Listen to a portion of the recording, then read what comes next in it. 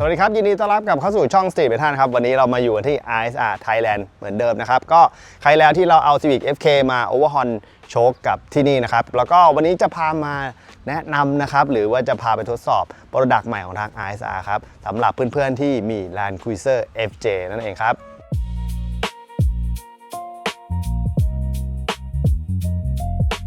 แล้วถ้าเราเปลี่ยนโชคชุดเดียวนะครับได้ทั้งความหล่อความนุ่มแล้วพาเราไปได้ทุกที่มันจะเป็นยังไงกันครับและนี่ครับเพจของเรา Land Cruiser FJ วันนี้เดี๋ยวเราจะมาใส่โชค ISR Base I โจเกะกันครับพอเราใส่เสร็จเดี๋ยวจะพาเพื่อนๆไปทดสอบโชคตัวนี้กันที่นครนายกครับเราจะไปกันแบบ one day trip เบาๆชิวๆนะครับลองดูว่าพอเปลี่ยนโชคแล้ว feeling จะเป็นยังไงบ้างครับแล้วตอนนี้ของก็ไปอยู่ตรงหน้าเราครับอันนี้จะเป็น ISR Base Iโจเกะครับเป็นสตัดปรับเกลียวคุณภาพสูงจากประเทศญี่ปุ่นครับอันนี้เรียกว่าออกมาจากเตาเลยครับสดๆร้อนๆ Land Cruiser FJ ตัวนี้ไม่ได้ขายแค่ในไทยครับขายที่ญี่ปุ่นด้วยการที่ออกชุดนี้มาเราก็จะขายได้ทั้งประเทศเราแล้วก็ที่ญี่ปุ่นนะครับซึ่งคำว่าโจเกะนะครับก็เหมือนแปลว่าขึ้นแล้วก็ลงครับเขาจะมีตัวคันจิที่เป็นเขียนว่าขึ้นแล้วก็ลงครับคือพูดง่ายๆเราสามารถปรับสูงแล้วก็ต่ำได้ในโชคตัวเดียวเลยครับ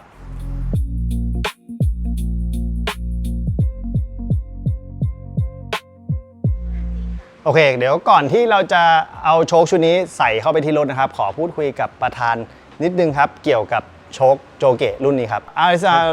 の上下魅力は何ですか？はい、RSR の色で上下シリーズと言いますと、ノーマル車高をキープできます。で、プラス、おおよそなんですが、プラスマイナス、上下ですね、はい、上下1インチぐらいをめどにして、開発された商品となっております。上下意味は何ですか？はい、上下っていうのはですね、日本語で上と下、要はアップダウンという意味ですね。はい、でこれはアメリカから生まれた商品なんですけれども、日本では漢字という文字がありまして、はい、山の隣に上と下上下と書いて峠と読むんです。峠聞いたことありますか？はい、はい、山道で峠ってよくありますよね。はい、それをコンセプトにして山を取っ払って上と下ということで上下シリーズということになっております。乗り心地がですね、ノーマルの車高をキープしつつ、純正の商品よりも乗り心地は良くなる。上げても下げても、少しだけなんですけれども上下の移動ができまして乗り心地が良くなりましてハンドリングも良くなります。はい、ハンドリングも良くなる、こういう SUV の車でしたらハンドルを切った時にこうロールでこうなったりするのがこうキュッと動くように変更されます。街乗りとオフロードはどうですか？はい、この商品は、街乗りに特化している商品とも言えます。土曜日とか日曜日ですねに、ちょっとキャンプに行くぐらいでも十分耐えられるキャパシティを持っております。オフロードも若干なら大丈夫です。ダーッと行くことも可能です。タイの方ちょっとメッセージを教えてください。はい、この商品はですね、タイの皆様に、快適に乗っていただくために、作りました。日本人のスタッフを呼んで、必ず日本人のスタッフがマッチングから、製作から配達販売に至るまで全て日本人によって作られております。これはタイの方々にね少しでも楽しい商品を提供できたらなというふうに考えております。今日はありがとうございます。はい、どうもありがとうございました。はい。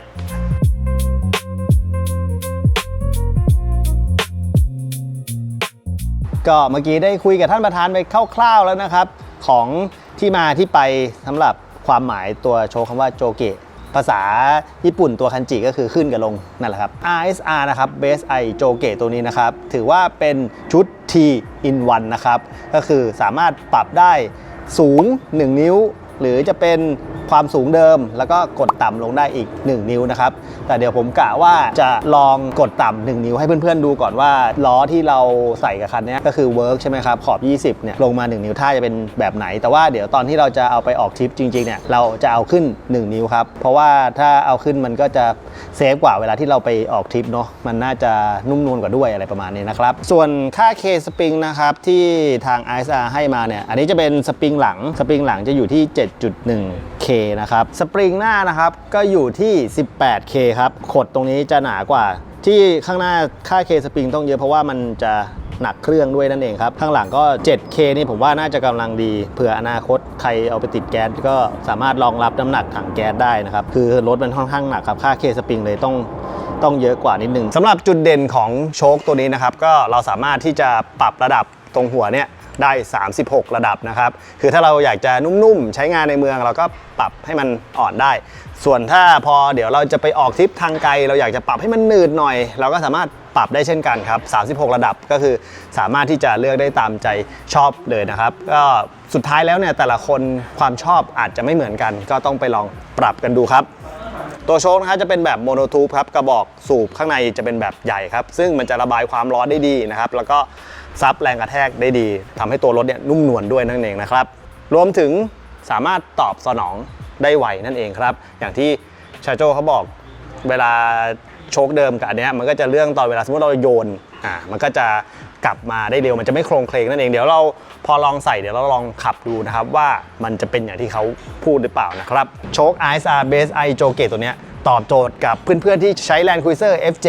อย่างมากเลยนะครับเพราะว่าเราสามารถที่จะใช้งานในเมืองหรือแม้แต่ไปออกเที่ยวต่างจังหวัดแล้วเราสามารถที่จะปรับโชคเนี่ยได้ตามใจเราชอบเลยครับก็คือแล้วแต่ว่าเราจะชอบสไตล์ไหนได้เลยนะครับเดี๋ยววันนี้เรากำลังจะติดตั้งเข้าไปแล้วลองมาชมดีกว่าว่าถ้าเกิดกดลงเนี่ยถ้าจะเป็นประมาณไหนครับ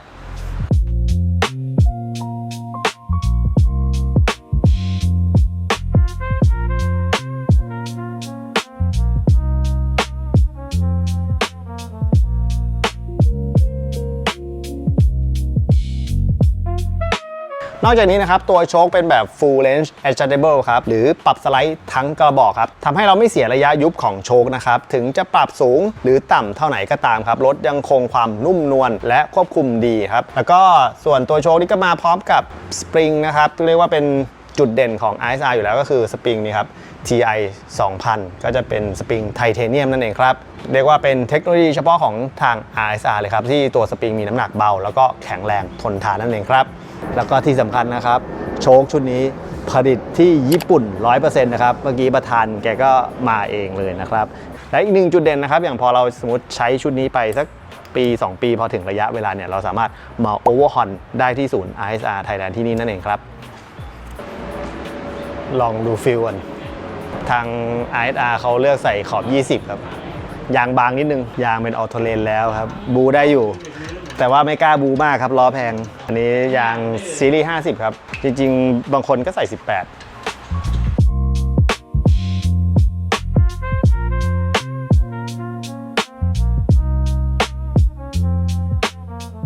เราลงแล้วลงดูฟิล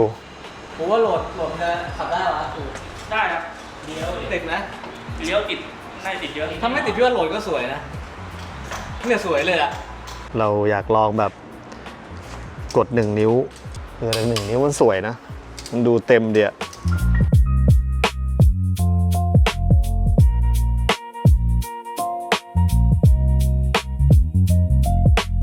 อันนี้มันเหมือนพอเป็น120มันอาจจะมีเลี้ยวติดนิดนึงครับทำให้เดี๋ยวเราต้องยกสูงกลับขึ้นไปคือไงยกสูงมันนุ่มนวลกว่าอยู่แล้วครับพอเรากดลงต่ำใช่ไหมสโตรกมันก็จะสั้นลงนิดนึงครับญี่ปุ่นเขาบอกว่าให้ลองไปขับแบบโหลดดูดีกว่าครับคือเรื่องมันต้องไปแก้แคสเตอร์แก้อะไรนิดๆหน่อยๆครับมันติดบางโคนแต่ว่าไปต่างจังหวัดเดี๋ยวเราขอยกสูงขึ้นดีกว่าแล้วเดี๋ยวเขาจะตั้งค่าความหนืดความ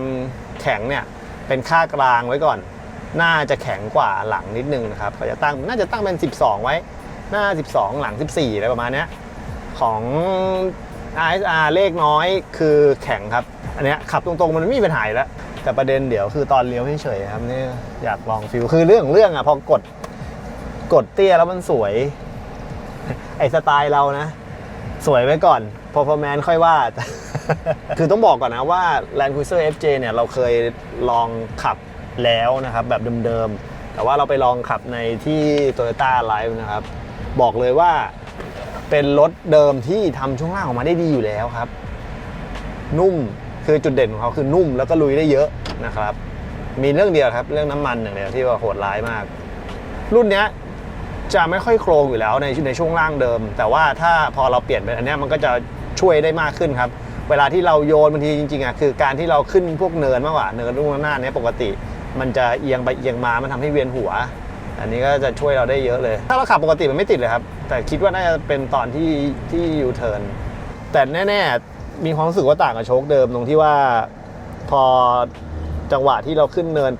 แล้วเด้งลงมาปุ๊บมันหยุดเลยแต่เอาจริงนี่ก็ยูเทิร์นก็มีติดซุ้มบ้างเอาจริงแค่เลี้ยวสุดเฉยๆแต่ถ้าขับเนี่ยไม่ติดเดี๋ยวเรากลับเข้าไปให้เขาเอาขึ้นสูงซะหน่อยสามารถเป็นรถใช้งานได้ถ้า อัตราบริโภคมันโอเคคือเอาง่ายนะติดแก๊สว่าจบแต่ถ้าโหลดเนี่ยก็สวยถ้าโหลดกับทรงนี้มันดูเต็มดีคือ120แอบสวยนะ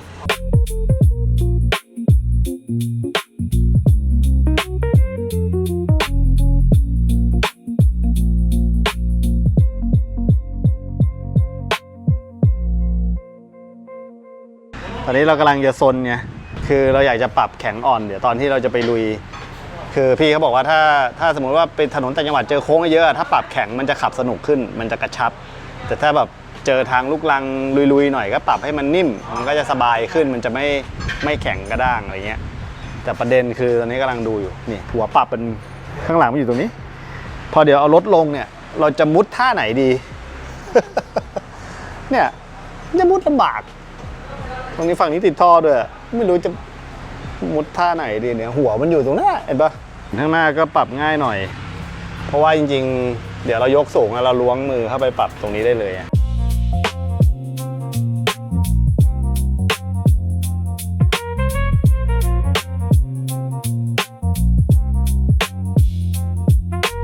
สูงกว่าเดิมเหมือนกันนะ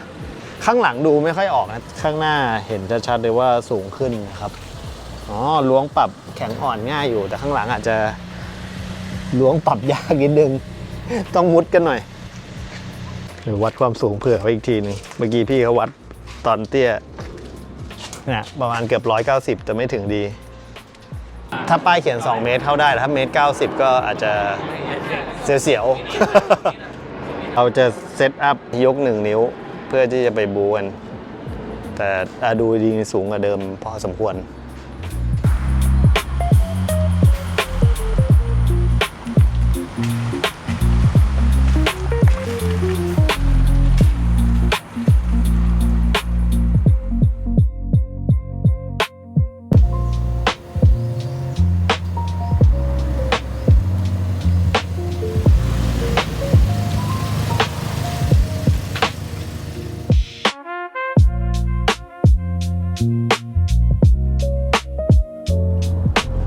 โอเคหลังจากที่เราเปลี่ยนโชคกันเสร็จเป็นที่เรียบร้อยแล้วนะครับวันนี้เราออกทริปครับกำลังมุ่งหน้าไปจังหวัดนครนายกจริงๆเราก็ได้ลองขับมาสักระยะหนึ่งแล้วนะครับจากที่ขึ้นมอเตอร์เวย์มานะครับก็ได้รู้สึกถึงโชคตัวนี้พอสมควรแล้วเมื่อวานเราลองกดต่ำสุดดูนะครับวันนี้เรายกสูงขึ้นมา1 นิ้วใช่ไหมฟีลลิ่งจะแตกต่างกันเล็กน้อยครับถ้าตอนที่เรากดต่ำเนี่ยมีความรู้สึกว่าอาจจะกระชับกว่าเล็กน้อยนั่นเองครับแต่จริงๆถ้ายกสูงมันจะดูขับสบายกว่าอย่างที่เราขับอยู่ถนนดำจะมีความรู้สึกอยู่แล้วว่าเหมือนเราใส่โชคซิ่งเข้าไปมันจะไม่ได้แบบฟีลว่าเดิมซะทีเดียวแต่เรื่องความกระชับต้องบอกเลยดีมากครับเจอเนินเจออะไรมันลงปุ๊บแล้วมันจะไม่แบบมีเด้งต่อปกติถ้ารถสไตล์พวกนี้ใช่ไหมเวลาเจอพวกเนินเจอพวกอะไรเงี้ยมันจะเด้งสองรอบเหมือนแบบมันมีบัมต่ออีกนิดนึงแถมอีกหน่อยนึงแต่พวกนี้มันจะอยู่เลยทีเดียวแล้วก็เวลาเปลี่ยนเลนก็กระชับเข้าโค้งมั่นใจอะไรประมาณนี้เนี่ยเดี๋ยวดูจากนี่เลยเนี่ยเรามีเห็นไหมเรามีกระปุกสีชมพูของเรา ก็จะมีสั่นบ้างเล็กน้อยครับเอาจริงหลักๆแล้วรถพวกนี้มันจะมีเรื่องพวกอาการโครงเคงมากกว่าอันนี้เขาก็จะแก้เรื่องอาการโครงเคงมันทำให้รถแบบกระชับเดี๋ยววันนี้เราจะไปลุยกันที่นครนายกที่แรกเนี่ยเราน่าจะไปผานั่งดำนะครับอาจจะได้โฟวิน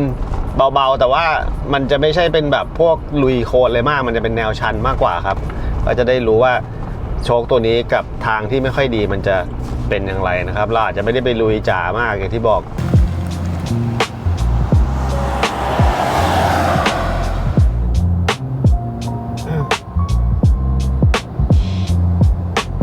ขับมาเรื่อยๆก็โอเคอยู่นะครับถ้าแบบเนี่ยถนนตรงนครนายกเหยียบอยู่70-80ตอนนี้เรามาทดสอบกันก่อนด้วยถนนออนโรดครับหลักๆเนี่ยเจ้า Land Cruiser FJ คันนี้ผมว่าจะอยู่ออนโรดเป็นหลักเพราะว่าเขาใส่ล้อ20แล้วก็ยางซีรีส์บางที่เราเห็นกันตั้งแต่เมื่อวานเนาะแล้วก็อาจจะไม่ได้ลุยมากหลักๆคือเน้นฟิลแบบทำทรงครับเท่ๆชิวๆมีออฟโรดแบบบางๆอะไรทางคูขาอะไรอย่างงี้มากกว่าแต่ออนโรดผมว่าโชคตัวนี้ทำได้ดีเลยนะพูดถึงกระชับเวลาเนี่ยขับอยู่ตอนนี้ประมาณสัก90 ถึง 100ถือว่ามั่นใจครับเวลาที่เราเปลี่ยนเลนกระทันหันถึงแม้คนนั่งหลังเราที่เป็นตากล้องอาจจะแบบนะ อาจจะโยกนิดหน่อยแต่เนี่ยพอเวลาเปลี่ยนเลนเร็วๆถือว่าแบบเนี่ยถือว่ากระชับครับเพราะปกติรถ SUV มันจะมีความแบบโครงเคลงใช่ไหมเวลาเราเปลี่ยนเลนแบบกระทันหันอย่างเงี้ยมันจะมีแถมเจอเนินเจออะไรมันก็จะแถมแล้วก็เจอทางขรุขระเนี่ยมันก็จะแบบโยกไปโยกมาแต่เนี้ยมันปึ๊กอยู่เลยแล้วก็ซับแรงกระแทกได้ดีมากครับถือว่าโอเคเลยสำหรับการที่เราขับแบบฟิลออนโรดนะครับใกล้ถึงแล้วนะครับผานางดำจุดชมวิวผมว่าอากาศกำลังดีเลยแต่พูดถึงโชคตัวนี้พอเวลาออกต่างจังหวัดก็ขับสนุกดีเหมือนกันนะเข้าโค้งเข้าอะไรอย่างเงี้ยไม่คงเคงคนนั่งหลังไม่มึนก็โอเคแล้วครับรถเนี่ยอุปกรณ์ตัวช่วยที่เกี่ยวกับลุยออฟโรดนี่ครบครันอยู่แล้วครับคันนี้เวลาออกต่างจังหวัดก็อัตรากินก็ดีขึ้นครับ8 โลลิตรถ้าในเมืองก็4 โลลิตรครับถือว่าใช้ได้เอาเรื่องครับ แวะมาเข้าห้องน้ำครับแล้วก็ซื้อน้ำหน่อยหนึ่งแล้วก็จะไปผ่านางดำและประเด็นคือพอได้แวะแป๊บหนึ่งไม่มีอินเทอร์เน็ต โค้งสักหน่อยนี่แถวนี้ก็จริงๆเขาจะดังเรื่องการเดินเทรลนะครับแต่เราขอบายก่อน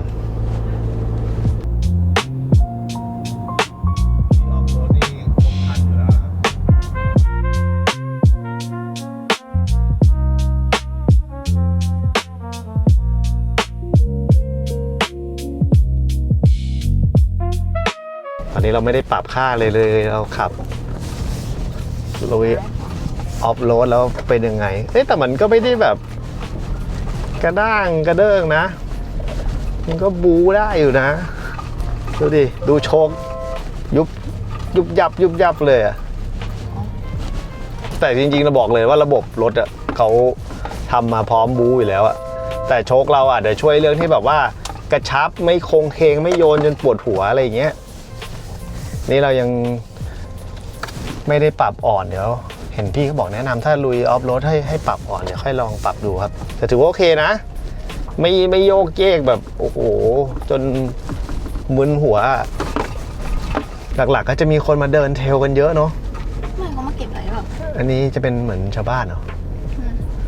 นี่พี่ๆชาวบ้านโอ้นี่เริ่มเป็นทางกรวดแล้ว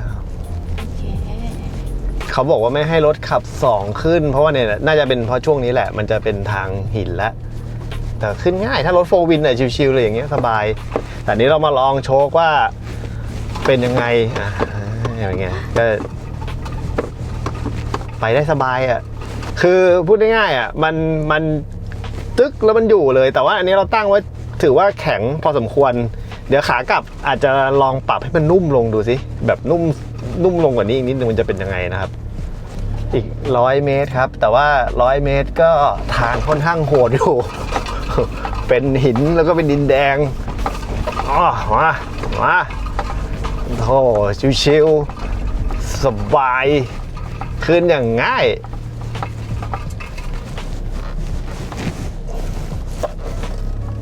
แต่ได้1 ลุยไปเดี๋ยวขากลับขอลองปรับอ่อนดูซิมันจะฟีลลิ่งมันจะเป็นยังไงทางสวยอยู่นะขึ้นสบายไม่เวียนหัวไม่แบบคนโค้งเคงจนเวียนหัวกระชับบูได้อย่างสบายเลยแต่เอาหลักๆนะพวกโชว์พวกนี้พอเวลาเจอทางเงี้ยมัน คือทอมันไม่โยนมากอะเวลาเราลุยออฟโรดทางที่มันไกลกว่านี้มันจะทำให้เราไม่เมื่อยแล้วก็ไม่ล้าจนเกินไปนะครับโชคแบบเดิมๆใช่ไหมเขาออกแบบมาให้นิ่มแต่พอเรามาลุยบางทีมันจะโยกซ้ายโยกขวาพอโยกซ้ายโยกขวามากๆเนี่ยเราที่เป็นคนขับเองอ่ะมันจะเหนื่อยซะก่อนครับพอมันเอ็นปุ๊บมันจะกลับเลยเอ็นปุ๊บมันกลับเลยเข้าใจฟีลเหมือนแบบยุบแล้วเด้งยุบแล้วเด้งอะไรอย่างเงี้ยสิ่งหนึ่งที่เรามั่นใจกับเขาได้เพราะว่า Made in Japan ครับชาโจ้มาเองเลยนี่เราก็เอารถเขามาใช้มาเที่ยวก่อนนี่เอารถเขามาบรูแล้วก็อีกหนึ่งอย่างที่เป็นข้อดีของ RSR เลยคือมีศูนย์โอเวอร์ฮอนอย่างที่เราเคยโอเวอร์ฮอนกันไปแล้วเนาะซึ่งถ้าใครซื้อ RSR Best Eye Joke ตัวเนี้ยพอใช้ไปสักระยะหนึ่งนะครับก็สามารถที่จะไปโอเวอร์ฮอนได้ครับเอาง่ายไม่ต้องกลัวเรื่องอะไรเลยเรื่องศูนย์บริการคือมีให้ครบคันครับโอเคตอนนี้เราก็มาถึงผานางดำเป็นที่เรียบร้อยแล้วนะครับจริงๆตรงนี้เขาเป็นจุดกลางเต็นท์ที่สามารถขึ้นมาได้ถ้าเป็นรถโฟร์วินนะขับมาอย่างง่ายเลยทางก็จะเป็นเหมือนดินแดงแล้วก็มีหินผสมนะครับซึ่งเราก็เหมือนมาทดสอบโชคเบาๆมันสามารถซับแรงกระแทกได้ดีแล้วพอมันไม่คงเคงอย่างที่ผมแจ้งไปมันก็จะทำให้เราไม่เมื่อยแล้วไม่รู้สึกเหนื่อยนั่นเองครับมาอย่างนี้บอกเลยว่าชิลมากๆแต่จริงๆรู้สึกว่าเมื่อก่อนเนี่ยเขาน่าจะให้ลงไปตรงผาได้เอารถไปจอดกลางเต็นท์ได้แต่หลังๆเหมือนเขาห้ามลงแล้วเพราะว่ามันค่อนข้างที่จะอันตรายแล้ววันนี้เรามาวันธรรมดาร้านค้าทั้งหมดปิดหมดเลยครับนี่เรามาเราก็ปรับเป็นแค่โฟร์วินอย่างเดียวพอนะครับส่วนโชคเดี๋ยวผมดูอีกทีนึงว่าจะปรับให้มันอ่อนลงหรือเปล่าจริงๆอ่ะการที่เราต้องปรับอ่อนลงเนี่ยมันเหมือนต้องไปลุยแบบเหมือนหินที่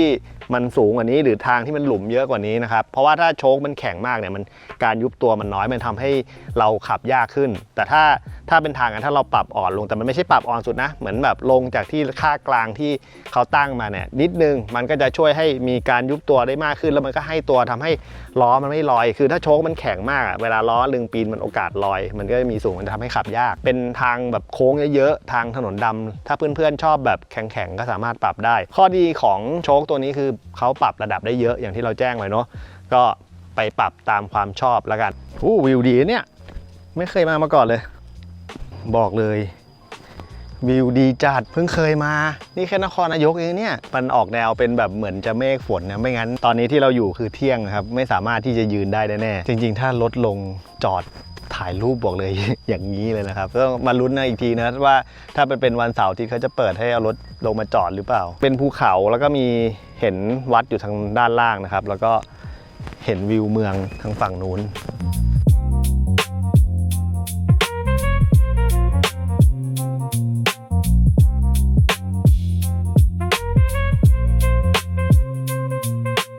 เขาบอกว่าสามารถมากางเต็นท์ได้24ชั่วโมงมีห้องน้ำอยู่ตรงนู้นนะครับแต่ว่าถ้าให้มาผมแนะนำเอาของขึ้นมาด้วยครับเพราะว่าเผื่อตรงนี้เขาปิดเขาบอกว่าถ้าเป็นช่วงหน้าฝนตกหนักๆเนี่ยตกบ่อยๆเนี่ยตอนเช้าโอกาสที่จะได้เห็นวิวทะเลหมอกตรงนี้ค่อนข้างที่จะสูงนะครับแล้วก็ทางด้านล่างเราก็จะเห็นเนี่ยครับวัดศรีกะอางหรือส่วนใหญ่เขาจะเรียกวัดผานางดำนะครับถือว่าเป็นวิวที่ดีและใกล้กรุงเทพมากนะเอาจริงๆถ้าจากบ้านเราเนี่ยปักหมุดมาประมาณชั่วโมง40นาทีเองใกล้นิดเดียวแต่ว่าถ้าเราจะไปแบบทางเขื่อนขุนด่านก็ค่อนข้างไกลหน่อยตอนแรกคิดว่าจะลุยไกลกว่านี้แต่มันก็ไม่ได้ไกลมากครับระยะที่ถนนไม่ดีน่าจะแค่100 ถึง 200 เมตรเท่านั้นเองหลักๆเนี่ยในโซนในเวิร์กเนี้ยจะเป็นสถานที่ที่คนขับรถมาแล้วก็มาเดินเทรลกันตอนเมื่อกี้ที่เราขึ้นมาก็มีพี่ๆน้องๆเขาก็กำลังเดินเทรลกันอยู่ตอนแรกที่เรามาวิ่งใช่ไหมแล้วก็มีน้องๆบอกว่าถ้าพี่เข้าวงการเทรลมันจะเปลืองกว่าเดิมเพราะอะไรรู้ป่ะพอเข้าวงการเทรลเนี่ยมันต้องมีรถแบบนี้ แล้วว่าเรามีรถแบบนี้เราก็ต้องแต่งไงมันจะไม่ได้จบกันที่เสื้อผ้าแล้วก็อุปกรณ์ครับ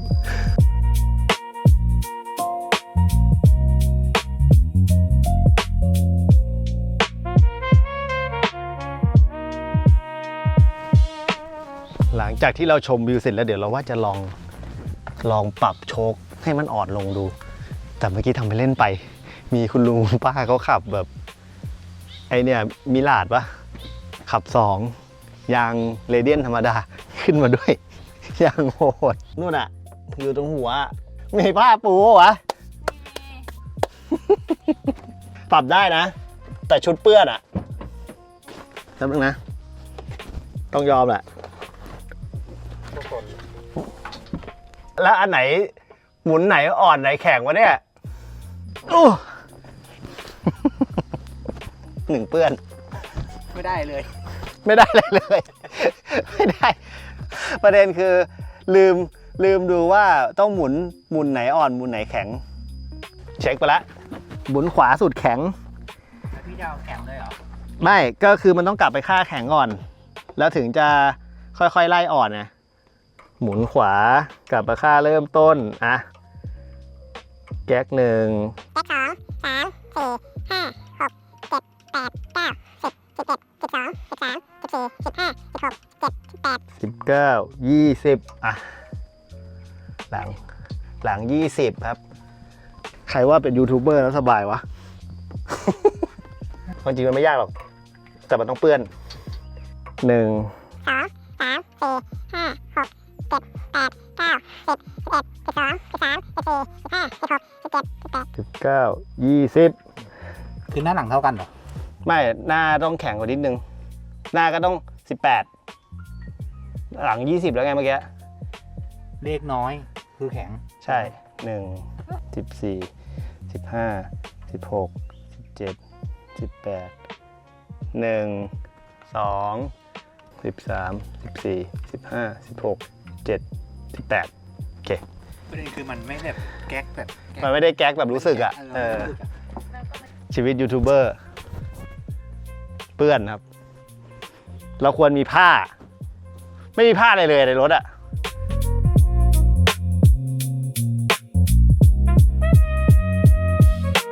เหนื่อยเหมือนกันนะอากาศมันอบครับมาแรงเยอะโอเคตอนนี้เราปรับโจ๊กอ่อนมาแล้วนะหลัง20หน้าประมาณ18ก็จะขอลองฟิลดูหน่อย คือสุดท้ายแล้วเนี่ยถ้าเพื่อนๆซื้อไปก็อยู่ที่ความชอบมากกว่าว่าจะชอบฟิลไหนนี่เราลองดูก่อนบางทีถ้าแข็งไปกับเจอทางเนี้ยช่วงยุบมันน้อยพอช่วงยุบมันน้อยมันก็อาจจะเด้งแรงเกินไปนิดนึงพอมันอ่อนมันก็จะมี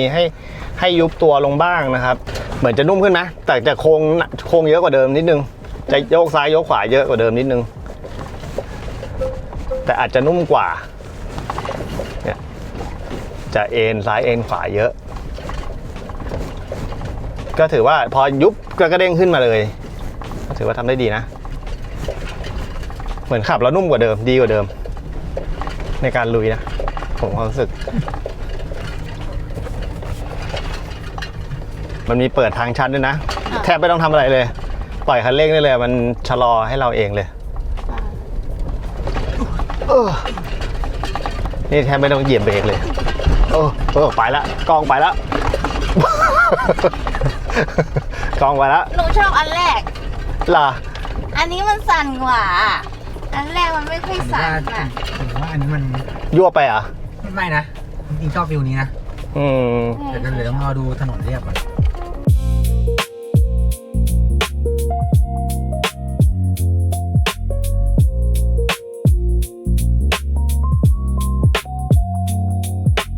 จากข้างบนที่เมื่อกี้เราลงมามันจะมีทางลงอีกทางหนึ่งนะครับขึ้นลงคนละทางกันลงมาข้างล่างนะครับก็จะเป็นน้ำตก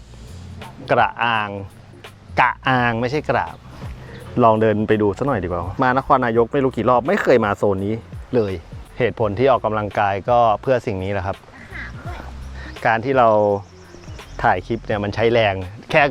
กระโดดขึ้นลงรถนี่ก็เอาเรื่องแล้วเดินไหวป่ะมน ไหว น้องนิกหมดพลัง น้องนิกหมดพลังแต่เมื่อกี้คุณนุ่นบอกว่าชอบฟิลแบบแรกมากกว่าแบบแข็งๆมันเหมือนพอมันกระแทกปุ๊บมันขึ้นเลยอะไรเงี้ยอันนี้เมื่อกี้มันจะมีย้วยๆนิดนึงมันจะเอ็นเยอะถ้าฟังจากเสียงไอ้เนี่ยกระติกน้ำเราอ่ะจะดังกว่าปกติแล้วแต่ชอบครับแต่ว่าถ้าให้แนะนำถ้าเจอโหดกว่านี้หลุมเยอะกว่านี้ก็ผมว่าก็ปรับอ่อนไว้ก็ดีกว่า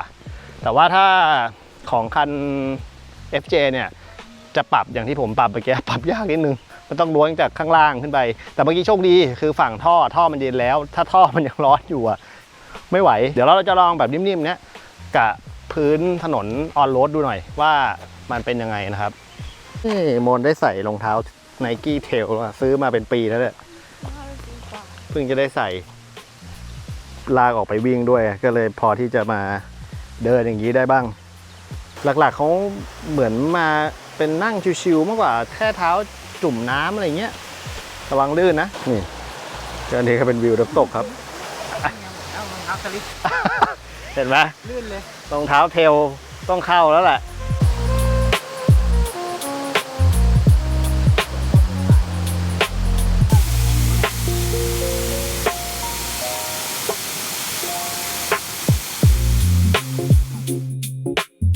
หลายคนเลยเห็นเยอะเหมือนกันนะมาเดินเทลหรือว่าเราจะแมตช์นี้ดีวะเดินเทลขับออฟโรดทดสอบโชคแล้วก็เดินป่า4 ชั่วโมง ไม่มีรองเท้าที่ไปก่อนเลย อ๋อไม่มีรองเท้าเหรอ เดี๋ยวเราจะไปตรงนี้เขาหัวหมวก แต่ว่าคงไม่ได้ไปสุดเพราะว่าจริงๆอ่ะทางเขาหัวหมวกมันจะเป็นทางที่คนต้องเดินเข้าไปรถไปไม่ได้ ซึ่งเราไม่ได้มีชุดอะไรขนาดนั้นครับ เดี๋ยวพี่แบงค์พาไปดูครับ เดี๋ยวผมไปกับตากล้อง2 คน ไม่น่าพูด ไปกับน้องนิก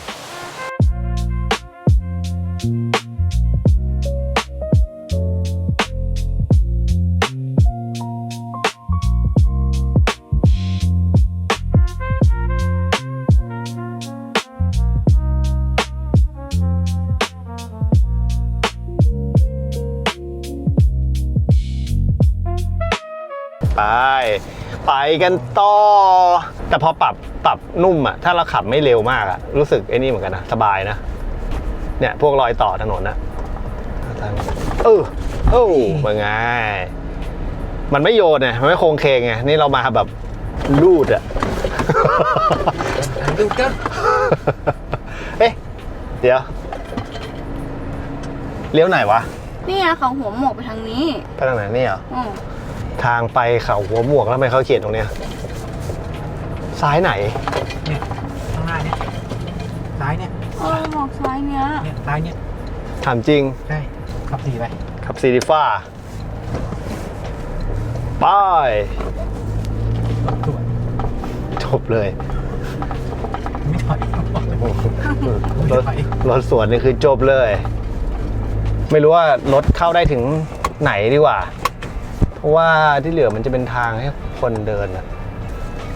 ตามแค่ แต่ดีกว่าถ้านั่งหลังนุ่มดีกว่าใช่ไหม ใช่รู้สึกดีกว่า ใช่ไหม รู้สึกแบบ ไม่แรงเกิน ไม่กลางอวดอ่ะ อันนั้นมันเหมือนแบบมันกระชากแรงใช่ไหม ใช่ใช่ อันนี้มันจะค่อยๆใช่ไหม ใช่ อันนี้ที่เราปักเอาไว้ก็จะเป็นจุดกลางเต็นท์ครับก็คล้ายๆเมื่อกี้เลย แต่หินจะเยอะหน่อย อันนี้เราปรับนุ่มกว่าครั้งที่แล้ว แต่ ถ้าอันนี้ตอนนี้โอเค นุ่มกว่าปะ นุ่มกว่า เนี่ยถ้าปรับอ่อนเนี่ยเห็นไหมผมว่าพอเวลามันลุยหินแล้วมันรู้สึกว่าแต่นี่ก็โยกอยู่แต่ว่ามันเขาเรียกไงเดี๋ยวมันนุ่มนวลกว่าเนี่ยมันดูนุ่มนวลมันดูสบายอ่ะแต่ถ้าแข็งมันกระชากแบบกระชากแรงเลยอะไรเงี้ยไอ้นิกแล้วเดี๋ยวพี่หมาเขาเล่นเอาจริงๆหรือว่าเมื่อกี้ปกติเขาจอดกันตรงนู้นวะแต่มันก็ไปได้นะจริงๆไปได้ ขวาเนี่ยหลบขวาเนี่ยหลบขวาเนี่ยลืมเลยลืมขวาโอ้โห โคตรโยกอ่ะ อันเนี้ยโหด ไอ้นิกเอาอันนี้ออก รถมา ใช่เหรอ พูดจริง จริงเนี่ยมาแล้วเนี่ย อันนั้นถอยดีกว่าพี่นิกขึ้นมาก่อนนี่จริงเมื่อกี้ถ้าไม่มีรถสวนเนี่ยกำลังว่าจะลุยเลยแล้วพอ พระ พระพอดีเลย เมื่อกี้พอดีหลวงพี่เขาสวนมา แล้วก็เลยลงไปถามเขาว่าไปไกลไหมเขาบอกว่าอีกไม่ไกลอีกไม่กี่ร้อยเมตรคือเมื่อกี้โค้งน่าจะถึงข้างบนแล้วแต่ว่าเป็นจุดกลางเต็นท์ครับแล้วรถไปได้แค่นั้นคือที่เนี่ยจุดมุ่งหมายของคนมาคือเขาจะมาเดินเทรลกัน เพื่อที่จะไปชมเขาหัวหมวกแล้วเนี่ยตรงที่เรากลับรถอยู่เนี่ยเขากำลังสร้างเป็นบ้านพักอีกหน่อยน่าจะเป็นจุดมุ่งหมายสำหรับคนที่จะมาเดินเทรลนั่นเองครับก็คือมากางเต็นท์ก็ได้หรือมีบ้านพักแล้วก็เดินขึ้นไปส่วนใหญ่บางคนถ้าไม่มีรถโฟร์วินแบบเนี้ยเขาจะจอดตั้งแต่ข้างล่างเลยจอดตั้งแต่ตีนเขาเลยครับแล้วก็เดินขึ้นมาส่วนเราก็สามารถขึ้นไปได้ถึงสุดเนี่ยถึงบอกว่าถ้าเดินเทรลมันจะต้องมีออปชั่นเพิ่มครับนั่นก็คือรถโฟร์วินครับเอาจริงๆนะหลักๆแล้วเรารู้อยู่แล้วแหละว่ารถมันไปได้แค่ตรงไหนแล้วเขาต้องเป็นทางเดิน หลักๆแล้วอ่ะเราอยากจะมาออฟโรดครับ เราอยากจะมาทดสอบโชคด้วยถ้าส่วนตัวผมชอบปรับนิ่มมากกว่าเวลาเนี่ยมาลุยแต่ก็อาจจะมีเอ็นเนี่ยคุณนุ่นหัวโยกหน่อยแต่ผมว่าขับสบายนะแล้วก็พวงมาลัยแล้วก็แค่ประคองไปตามนี่ครับแต่ถ้าแข่งก็จะเป็นมันผมว่ามันกระชากแรงไปหน่อยแต่คนนั่งหลังพอปรับอ่อนแล้วสบายกว่าใช่ไหมใช่โค้งสบายไปมันก็ได้อยู่พูดถึงอ่ะออนโรดมาเก็บคันแล้วดูแต่พอนิ่มอ่ะพอมาออนโรดนะพอโค้งอ่ะจะเริ่มรู้สึกว่าโยนนิดๆจะไม่แบบปึ๊กกระชับอ่ะมันก็ตามสูตรอยู่แล้วถ้าเราอยากที่จะขับถนนสนุกแล้วก็ปรับให้มันแข็งมันก็จะกระชับขึ้นแต่ก็จะแลกมาด้วยความเหมือนมีกระเด้งนิดๆอาจจะไม่ได้นุ่มสบายแต่ถ้าแบบจริงๆถ้าเราใช้งานถ้าเราไม่ชอบค่ากลางที่ทางร้านตั้งก็บอกเขาได้ครับว่าเราอยากได้แบบนิ่มๆนิดนึง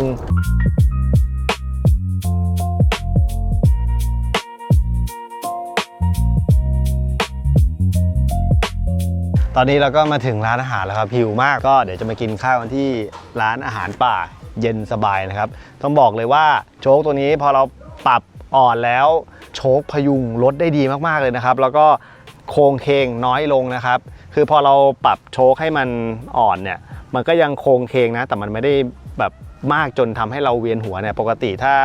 โชคเดิมๆหรือไงถ้าเรามาลุยอย่างเงี้ยบางทีมันจะโยกจนแทบจะหัวโขกกระจกอยู่แล้วอันเนี้ยยังเรียกว่าพอมันลงปุ๊บมันก็ขึ้นมาเลยครับมันก็พยุงรถได้ดีทำให้เราไม่ค่อยเวียนหัวมากลุยได้มันมากยิ่งขึ้นนั่นเองครับแต่ก็ต้องบอกนะว่าพอเราได้ช่วงล่างดีทำให้เรามั่นใจในการลุยออฟโรดอย่างเมื่อกี้ปกตินะถ้าเราเจอทางชันๆอย่างนั้นนะเราก็หลุมเยอะๆเราจะค่อนข้างหลอนๆนะแต่อันเนี้ยด้วยรถด้วยแล้วก็ตัวโชคด้วยนะครับทำให้เรากล้าบูมากกว่าเดิมพอดีถ้าไม่เจอหลวงพี่เขาสวนมา เราอาจจะบูต่อได้จริงอ่ะพอเราเลี้ยวไปอีกนิดเดียวมันก็ถึงแล้วเราก็พอกะว่าหลักๆแล้วจะมาลองทดสอบโชคแค่นั้นเองครับถือว่าตัวนี้พยุงตัวบอดี้รถบอดี้โลเนี่ยได้ดีมากครับโอเคเราแวะกินข้าวก่อนดีกว่าเดี๋ยวพอกินข้าวเสร็จผมจะมาลองปรับให้มันแข็งแล้วคราวนี้เราจะมาลุยออนโรดแล้วเพราะเดี๋ยวเราจะไป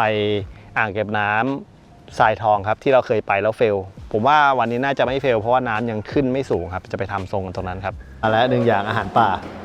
อาหารขึ้นชื่อข้าวไข่เจียวอ๋อไม่ใช่นี่มาแล้วต้มยำปลาคัง ต้มยำปลาคังนี่อะไรอ่ะกะเพราไข่เยี่ยวม้ากรุงเทพไม่มีกิน เราต้องให้ตากล้องเรากินได้เยอะวันนี้น่าจะขากลับไปน่าจะปวดทั้งตัวพอเลยกันนะครับเราสั่งปลาบึกไปอีกอย่างหนึ่ง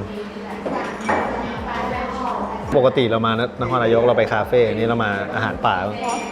ร้อน มาแล้วเนี่ยนะ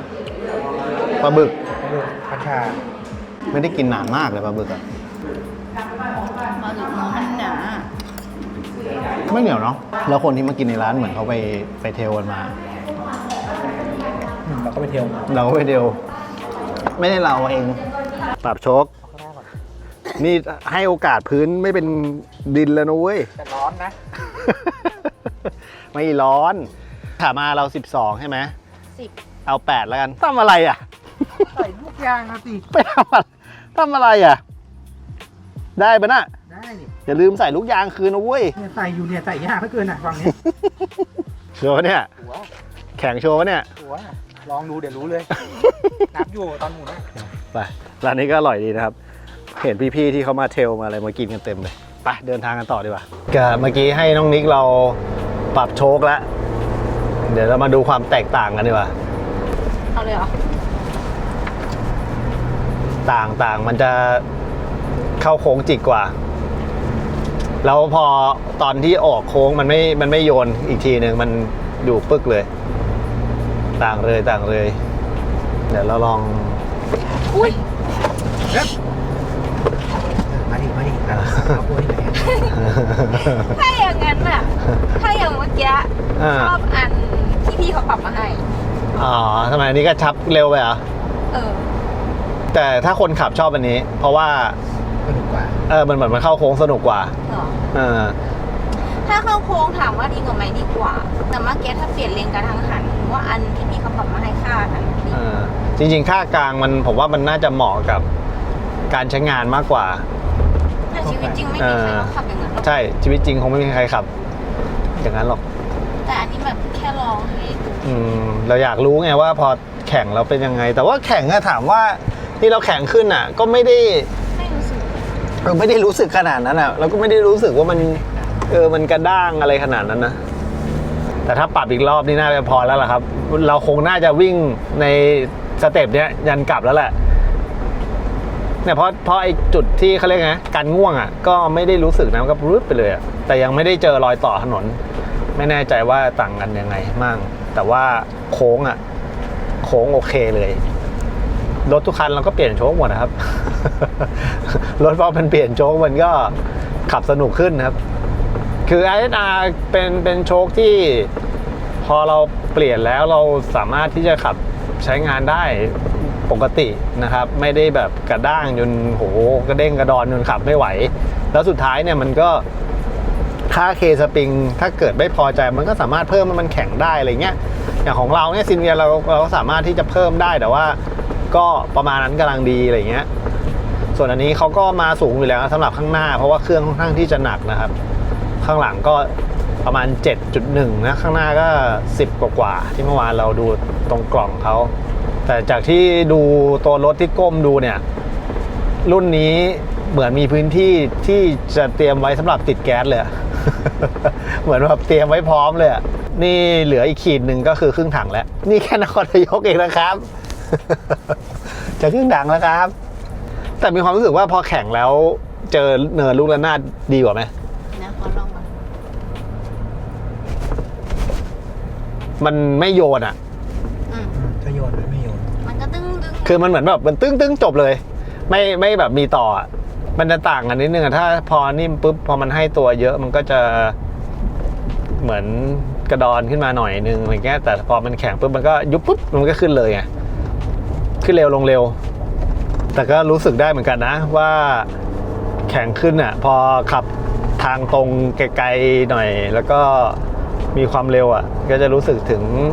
ตึกนิดนึงแต่โค้งอะดีชอบถ้าอย่างเป็นพื้นคอนกรีตนะมันจะมีนิดนะครับสำหรับพอเราปรับแข็งผมว่าค่าที่พี่เขาตั้งมากำลังสวยแต่กำลังคิดอยู่ว่าอาจจะปรับกับให้มันอ่อนลงนิดนึงเผื่อจะแบบพอเราขับในเมืองอาจจะสบายกว่าเดิมอะไรเงี้ยแต่ก็แข็งประมาณนี้กำลังดีคือถ้าเราปรับไปอ่อนแล้วมาแข็งมันจะรู้สึกได้เลยนะครับชัดเจนเลยจริงๆพอปรับแข็งแล้วเจอพวกถนนไม่ดีผมชอบนะพวกตะเข็บถนนนะมันเก็บเรียบเลยเหมือนเราลูดไปได้เลยอ่ะพอใครที่มีรถ 4x4 ที่อยากจะขับสนุกขึ้นผมก็แนะนำเลยครับโชคเปลี่ยนสักชุดหนึ่งเนี่ยช่วยให้การขับขี่สนุกขึ้นมั่นใจขึ้นเวลาเนี่ยไปต่างจังหวัดคือที่นครนายกโค้งอาจจะไม่ได้เยอะมากนะแต่ถ้าเพื่อนๆแบบไปจังหวัดอื่นอ่ะผมว่าเจอโค้งเยอะกว่านี้เยอะเลยแล้วถ้าเกิดได้โชคแบบนี้ไปมันทำให้เราแบบเข้าโค้งมั่นใจเวลาเราเดินทางมันก็จะพอมั่นใจมันก็จะขับดีปลอดภัยอะไรประมาณนี้ครับในความรู้สึกผมนะโดยส่วนตัวของผมเองคือบางทีถ้าเวลาเราเลี้ยวเร็วๆเลี้ยวแรงๆแล้วพอเราเลี้ยวไปปุ๊บแล้วมันมีแถมต่อเนี่ยผมว่าผมเริ่มไม่ค่อยโอเคเริ่มไม่ค่อยชอบเท่าไหร่มันจะกลายเป็นไม่ค่อยมั่นใจแต่เนี่ยพอถ้าเราเลี้ยวปุ๊บแล้วมันพร้อมที่จะกลับมาตามที่เนี่ยมือเราสั่งเนี่ยถือว่าโอเคเลยนะครับนี่ถนนดีมากเส้นนี้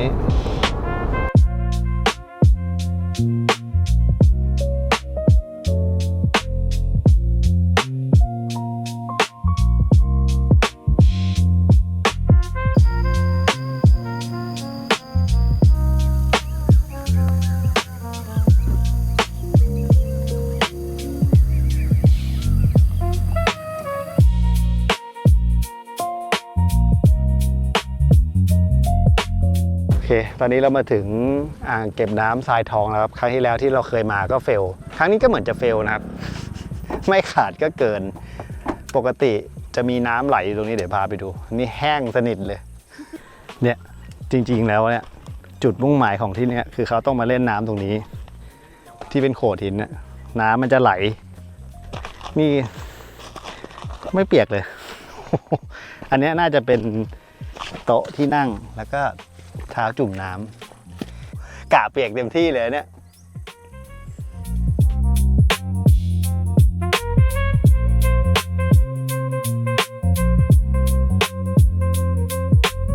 วันนี้เราก็ผ่านทั้งทางออฟโรดออนโรดแล้วก็ลองปรับอ่อนปรับแข็งเป็นที่เรียบร้อยแล้วถือว่าโชคโมโนทูบนะครับข้อดีของเขานี่แหละก็คือมันตอบสนองไวผ่านเจอพวกหินทางภูเขาอะไรเงี้ยมันก็ทำให้เราผ่านได้แบบไม่รู้สึกอะไรนะครับต้องบอกเลยครับตัวโชคอันนี้ครับมันเก็บอาการพวกดีดเด้งได้ดีมากๆเลยครับก็ผมว่าถ้าใครที่เป็นสายออฟโรดหรือแม้แต่ชอบมาแคมปิ้งเนี่ยผมว่าโชคตัวนี้ตอบโจทย์มากๆครับโดยเฉพาะสถานที่นี้ก็ตอนนี้เป็นที่ที่เรียกว่าฮิตมากๆนะครับตอนนี้คนเริ่มทยอยมากันเพียบเลยครั้งแรกที่เรามาก็คือน้ำมันล้น ครั้งนี้ก็น้ำไม่มีโอ้กะมาแบบว่าเปลี่ยนรองเท้าแช่น้ำซะหน่อยสงสัยจะได้เนี่ยมองวิวจิบกาแฟเฉยๆแล้วมั้งโคตรเซ็งเล่นตรงนี้น่าใจนี่ว่ะเอามีบ้ากิน น้ำคือแบบขังไว้เป็นเดือนแล้วน้ำอัดลมทางนี้น้ำเปล่าทางนี้ได้แล้วก็น้ำกาแฟทางนี้ได้เลย กาแฟเย็น ไปนั่งเอาพี่ผมไม่กล้ากลางเยอะผมเห็นพี่ถ่ายกันอยู่ อ๋อไม่เป็นไรไม่เป็นไรก็กะมาแบบมาทำทรงตรงนี้ไงนึกว่ามีน้ำกะเล่นน้ำเต็มที่เลยเรียบร้อยปีนี้แห้งปีนี้แย่มากนักท่องเที่ยวมาคือเฟลกันไปหมดครับอ๋อผมนึกว่ามันเฉพาะแค่วันนี้คือไม่มีมาเป็นเดือนแล้วเป็นเดือนแล้วครับครั้งสุดท้ายมาตอนประมาณต้นเดือนที่แล้วแล้วก็ไม่ได้ไหลอีกเลยเนี่ยยันนี่ก็มีเมื่อต้นเดือนแล้วก็หยุดไหลเลยสุดท้ายเรามาถูกช่วงจริงแต่ปีนี้แรงครับพี่เขาบอกน้ำในเขื่อนยังไม่เต็มเลย ก็เลยไม่มีน้ำไหลวันนี้ก็น่าจะนั่งชิวๆนะครับแล้วก็ค่อยกลับบ้านถือว่าวันนี้ได้มาทดสอบโชคเบาๆ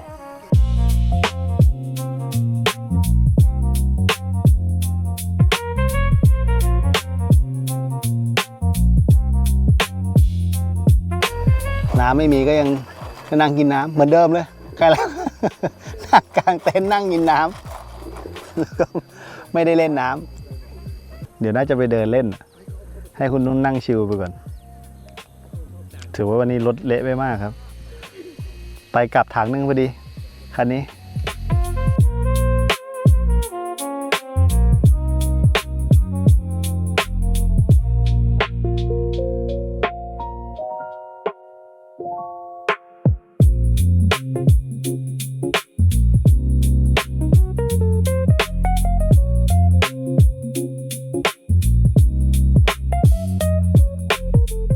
แต่พอเดินมาตรงนี้แล้วสวยนะฝั่งนู้นต้นไม้สวย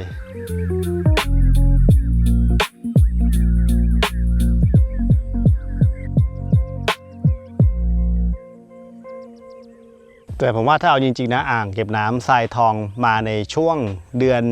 7กำลังดีครับคือเมื่อปลายเดือน6ฝนมันตกเยอะตกที่กรุงเทพเยอะที่นี่เยอะทำให้ช่วงนั้นน่ะยังพอมีน้ำมาแต่ว่าเนี่ยมันแห้งมาเป็นเดือนแล้วพี่เขาบอกว่าจริงๆเดือนนี้กำลังเป็นเดือนที่พีคที่มาอ่างเก็บน้ำทรายทองเลยใครแล้วเรามาน้ำก็ขึ้นร้านกาแฟเขาบอกจำได้แล้วเพราะปกติเขาไม่คิดว่าเราจะเอารถยกสูงมาปกติเราจะเอารถเตี้ยมาใช่ไหมเขาก็เลยแบบใช่หรือเปล่าอะไรประมาณนี้แต่ก็ถือว่าพอน้ำลงยังไงบรรยากาศฟีลลิ่งมันก็ดีอยู่ดีนะเรามาเดินเล่นตรงนี้ข้างหลังผมชอบมากเลยสวยมากก็เดี๋ยวคงเดินสำรวจอะไรเล่นไปครับวันนี้ก็ถือว่าได้มาลองโชคแบบเต็มที่เลยนะครับให้เพื่อนๆได้ไปตัดสินใจกันนะครับว่าถ้าเกิดซื้อ Land Cruiser FJ แล้วเนี่ยจะเปิดรับ ISR Base I โจเกะตัวนี้กันหรือเปล่านะครับก็ผมว่าเหมาะสำหรับคนที่ใช้ FJ ในชีวิตประจำวันในออนโรดแล้วก็มาท่องเที่ยวแบบเนี่ยฟิลแคมปิ้งออฟโรดเบาๆผมบอกเลยว่าโชคตัวนี้เหมาะมากๆครับส่วนเรื่องการปรับตั้งค่าก็แล้วแต่ชอบครับคือแต่ละคนชอบไม่เหมือนกันอยู่แล้วอย่างเราก็มีความรู้สึกเราชอบเป็นแข่งนิดนึงเราเป็นคนชอบแบบออนโรดไงเราก็เลยแบบว่าเข้าโค้งสนุกเจอพวกรอยต่อถนนเจอเนินอะไรเงี้ยแบบลูดไปเลยแบบเก็บดีๆอ่ะไม่โครงเคลงมากแต่ว่าถ้าแบบเจอออฟโรดเราก็ต้องปรับให้มันอ่อนให้มันมีการให้ตัวนิดนึงมันก็จะขับสบายขึ้นเดี๋ยวเราคงปรับก่อนกลับอ่ะให้มันไปอยู่ในค่าเริ่มต้นดีกว่าครับเซฟเพราะเดี๋ยวเราไงก็กลับแล้วมันก็ขึ้นทางด่วนกันแล้วก็เพื่อนๆที่สนใจก็อย่าลืมนะครับไปลองสอบถามตัวแทน ISR ใกล้บ้านเพื่อนได้เลยนะครับแล้วก็จริงๆก็ต้องยอมรับว่า Land Cruiser FJ ช่วงล่างเข้ามาดีอยู่แล้วแต่ถ้าอยากให้มันสนุกยิ่งขึ้นดียิ่งขึ้นก็ลองนี่ครับ ISR Base I โจเกะครับ วันนี้ก็น่าจะประมาณนี้ผมคงอยู่ชิวๆทำทรงตรงนี้ซะหน่อยแล้วก็กลับกรุงเทพแล้วยังไงก็ฝากโชค RSR ไปด้วยละกันคือเอาจริง RSR เนี่ยเราใช้ทุกคันในบ้านเลยครับ ซินเวียแล้วก็ FK น้ำส้มอีก1คันแต่น้ำส้มเราอาจจะไม่ค่อยได้แบบมาเทสอะไรเยอะไงมันไม่ค่อยได้ขับไปไหนแต่อย่างซินเวียเงี้ยเราชอบมากเพราะว่า1เลยเป็นโชคที่ผลิตที่ญี่ปุ่น Made in Japan ครับประกอบแฮนด์เมดที่ญี่ปุ่นถ้ามีโอกาสนะผมคุยกับทางไอซ์ดาวคร่าวๆปีหน้าไม่แน่อาจจะพาเพื่อนๆไปชมขั้นตอนการผลิตหรือโรงงานที่ญี่ปุ่นนะครับว่าเขาผลิตกันยังไงนะครับก็จะได้รู้ว่าเนี่ยมั่นใจได้ว่าสินค้าทุกอย่างจากญี่ปุ่นนั่นเองนะครับแล้วก็อีกหนึ่งเรื่องก็คือสามารถโอเวอร์ฮอนได้ถ้าเกิดว่าเปลี่ยนไปแล้วใช้ไปสักปี2ปีเนี่ยก็ไปโอเวอร์ฮอนที่ศูนย์ ISR ได้นั่นเองนะครับตอนนี้เห็นพี่เขาบอกว่าตั้งแต่ที่เราไปโอเวอร์ฮอนไปถ่ายโอเวอร์ฮอนมาก็มีพี่ๆน้องๆเริ่มไปโอเวอร์ฮอนกันมากขึ้นนั่นเองครับ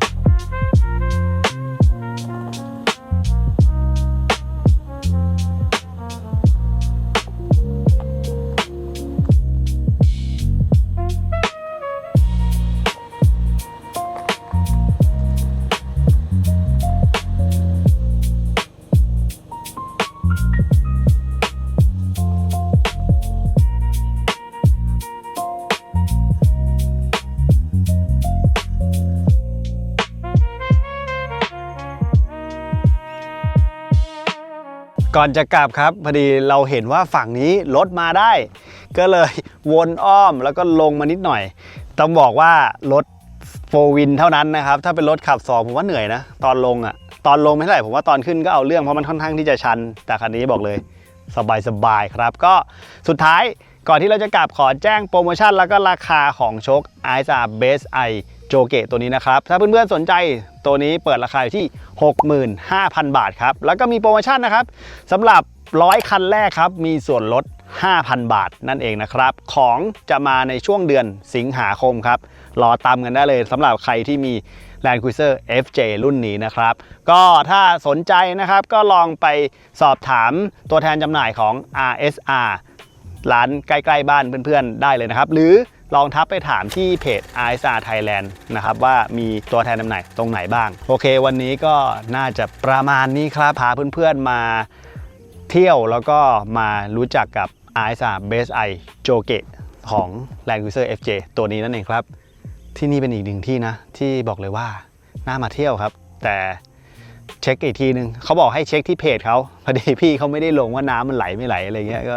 โอเคแต่ถือว่าดีกว่าใครแล้วที่อยู่แต่ข้างบนอันนี้เรายังได้มาทำมาฟิลริมน้ำถ่ายรูปริมน้ำเล่นได้แสงหมดอีกแล้วเมื่อกี้ได้ถ่ายรูปไปหน่อยเดียว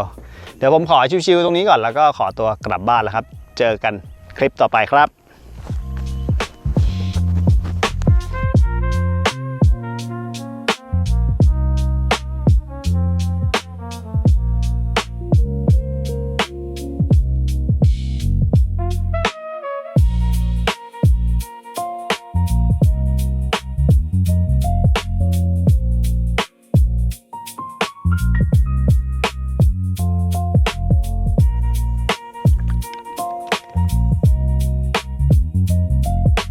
แต่นี่น้ำพูดถึงแห้งไปเยอะเลยนะพี่ก็บอกจริงๆมันต้องขึ้นสูงกว่านี้แล้วจริงๆตรงนี้ต้องเขียวนี้ด้วยอันนี้ยังแห้งอยู่เลยแต่น้ำตัวนี้ก็เล่นไม่ได้อยู่ดีอะ ตะไคร่เยอะคือน่าจะได้แค่แบบทำทรงอะมือแปะๆส่วนใหญ่เขามาตกปลามากกว่าเอาจริงมันเหมาะกับแบบเอารถมาจอดแล้วก็นั่งชิลดูวิว